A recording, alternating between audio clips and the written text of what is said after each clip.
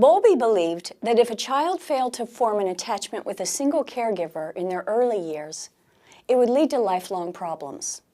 He proposed that there's a critical period during development.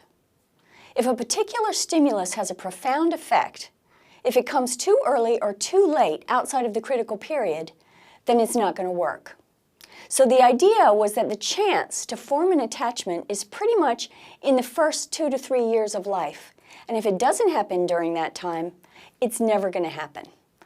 And he thought that's what led to the lifelong problems that were seen in the children from the orphanage. Now that's a very strong claim, and as it turns out, it's not right.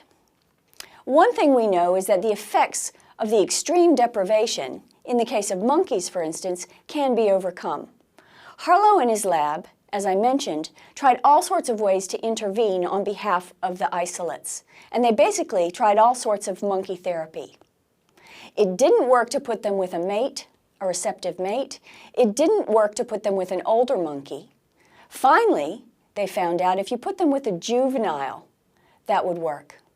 They came upon this because the female isolates were better at mothering their second time around, so something about their next baby seemed to have awakened some attachment behaviors in them. Harlow and his lab started putting isolates in with juvenile monkeys.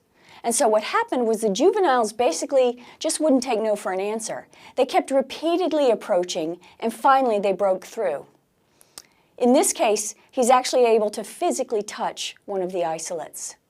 Whereas in other cases, they were always so aggressive that no other monkey wanted to get near them. Parents in North America and Europe have adopted many orphans from around the world as a result of political unrest.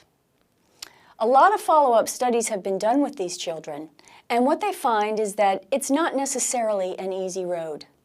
Early deprivation does have a profound effect in most cases, but those effects can be overcome, which means that human beings never lose their capacity to develop love relationships.